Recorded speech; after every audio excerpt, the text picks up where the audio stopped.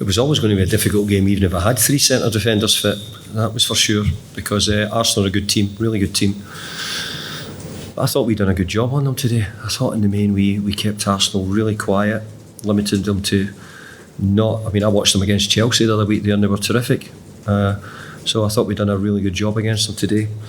What we didn't do a good job on was set pieces, which we're normally very good at, both attacking and defending. But the team we selected today, we knew was a risk because we were taking out a couple of bigger players, were ones who had the ball quite a bit for us, and that was the risk we took. But in the end, that came back to punish us. Did you see an issue with the first goal? Yeah, I do. Yeah, I've seen it. I've seen that Rob Holding is up to head it and he doesn't actually get it, and it hits his arm. Not the first; it's the second goal. Right. Second goal. Rob Holding hits his arm, and it's not stopped for.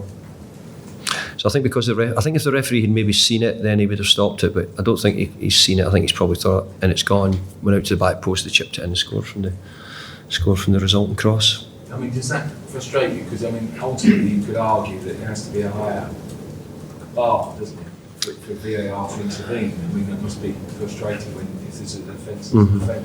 Somebody told me the rule was changed because if the people who watch West Ham remember the goal where I think Snodgrass scored the equaliser at Sheffield United for us, and it was Declan Rice who broke through, and I think it hit his hand or something on the blade before, and then Snodgrass had scored.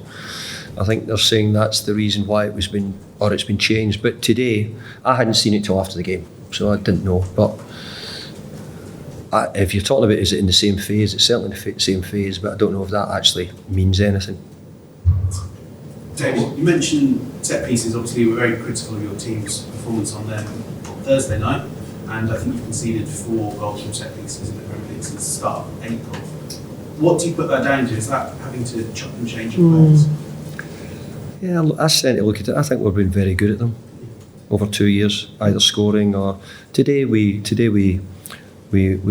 some height out of the team, but taking some height out of the team, we played much better with the ball today. We had a lot of possession. We restricted Arsenal to fewer opportunities. So that was the gamble we took, and the gamble on not having the height didn't quite work today. What did you make of the incident with Jarrod Bowen when he goes over the keeper and he's coming off foot to play?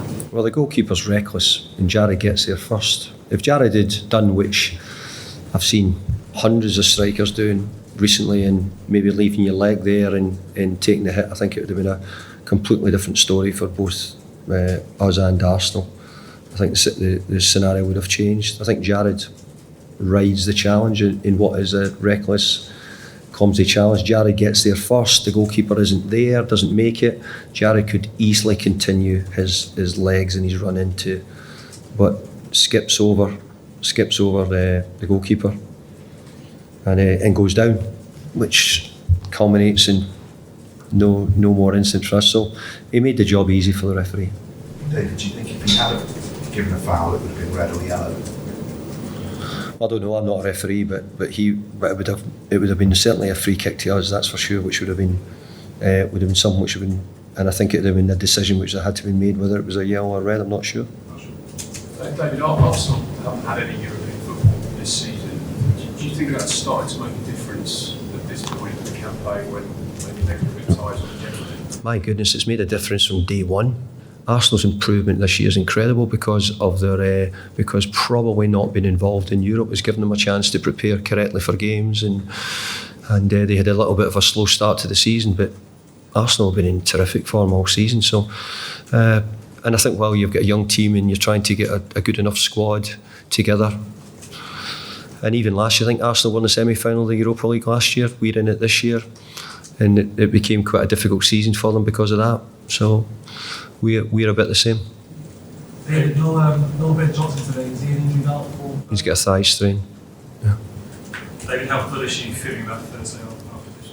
Sorry? How bullish are you feeling about Thursday after this? I'm not thinking about Thursday at the moment till I get rid of this one first and tidy it up. So I'll get ready for it tomorrow.